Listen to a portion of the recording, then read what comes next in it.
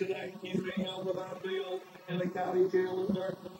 We have team coverage tonight, beginning with Bill Cheatham. He's live in the courthouse in Edelman.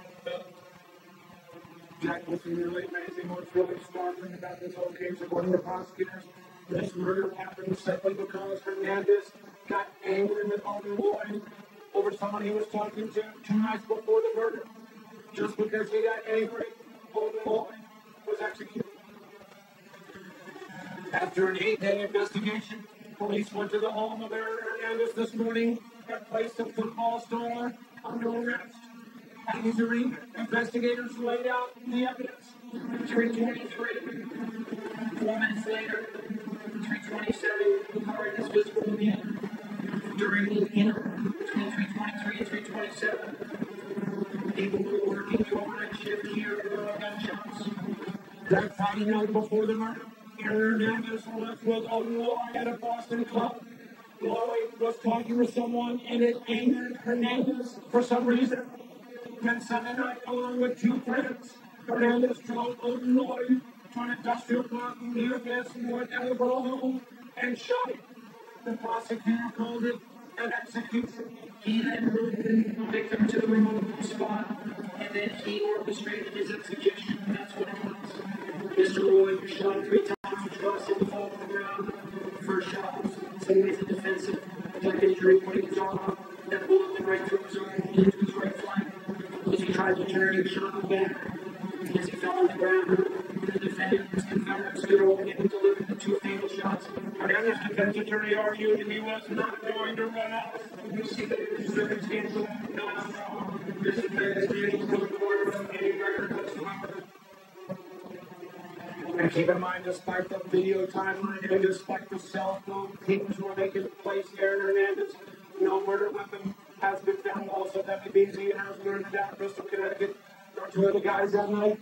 There's a warrant out for one of those children. Reporting live from Arizona, Bill Shields, WBZ News. Back to you guys. All right, Bill, in fact, we have some more information on the 2 other men involved in the murder. Now, this, according to prosecutors, we just learned that a man named Carlos Ortiz was arrested earlier today in Bristol, Connecticut for a probation violation. Now, authorities will not confirm he's connected to this case, but they do say they've been in contact with the Bristol County DA's office. By the way, the Bristol County Sheriff is giving us a peek into Hernandez's life in jail.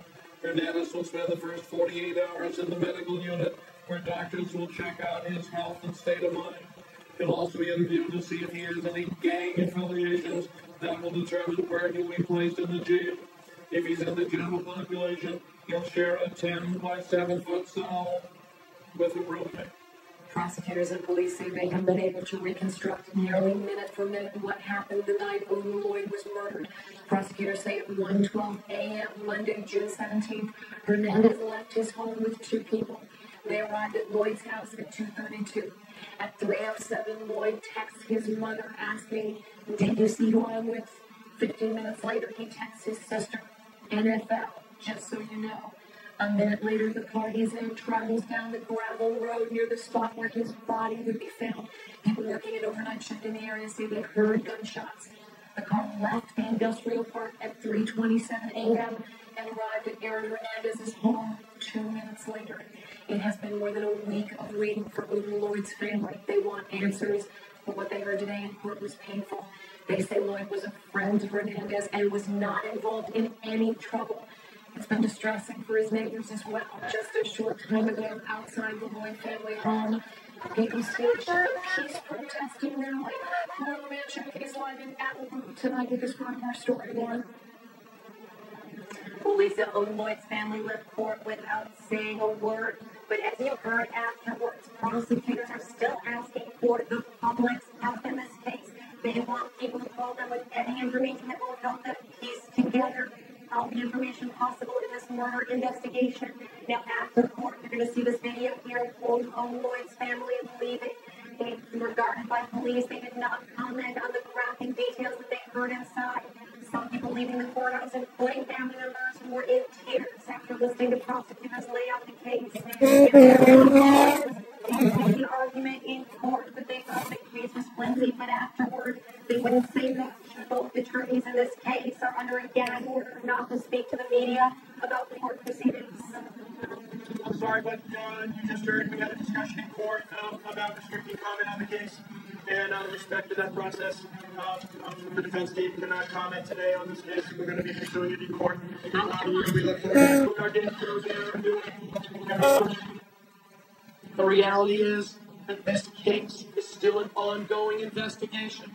And invariably, it is in the best interest of an ongoing investigation for the district attorney's office not to comment.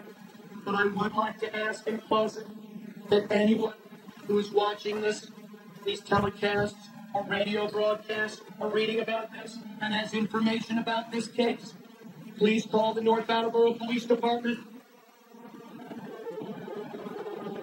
So you can hear there they do want more information from the public, especially it seems because they do have a warrant out for that person down in Connecticut who may be involved in this homicide. Now, prosecutors afterwards would not answer any questions about additional suspects or arrests in this case.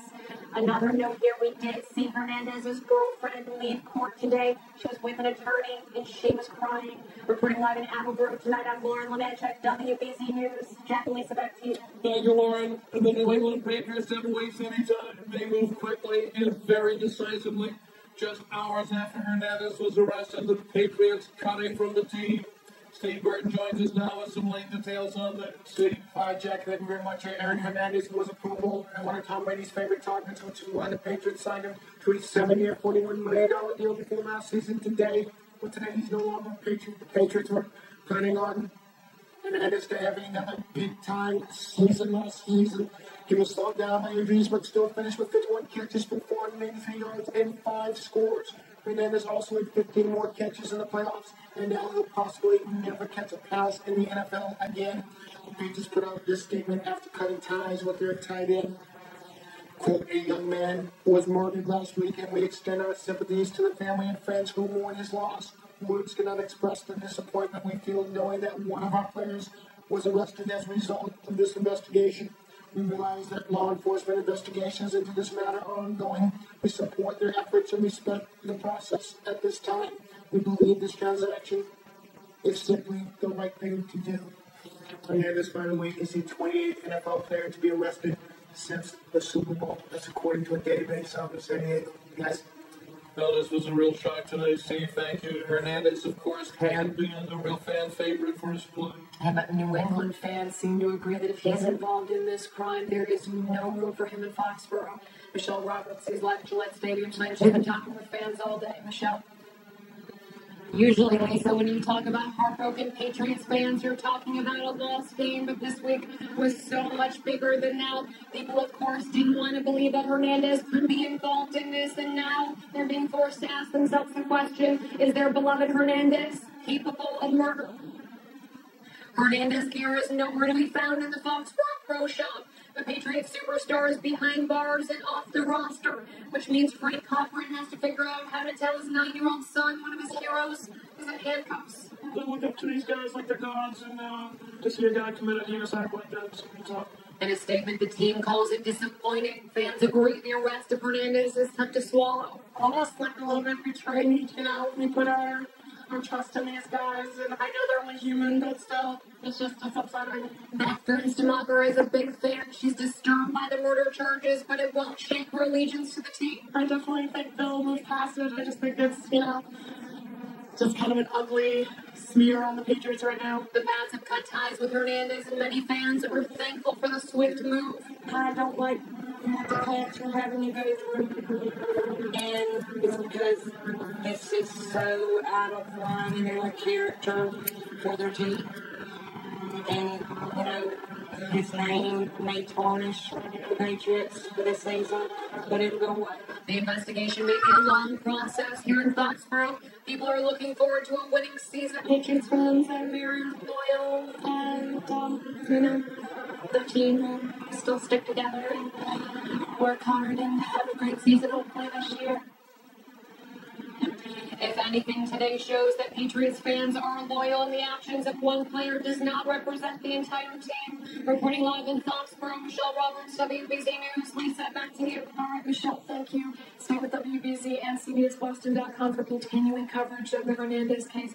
You'll be able to find a timeline of the investigation online.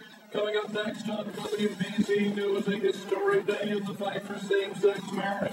The U.S. Supreme Court's decision celebrated nationwide, and how it affects couples' views. The Stanley Cup final taking the toll on the Patriots with injuries that we are just learning about, and the players who've already been told they won't be back. Soaking thunderstorms passing through right now, and this won't be the only round. How much longer we're stuck in this stormy pattern?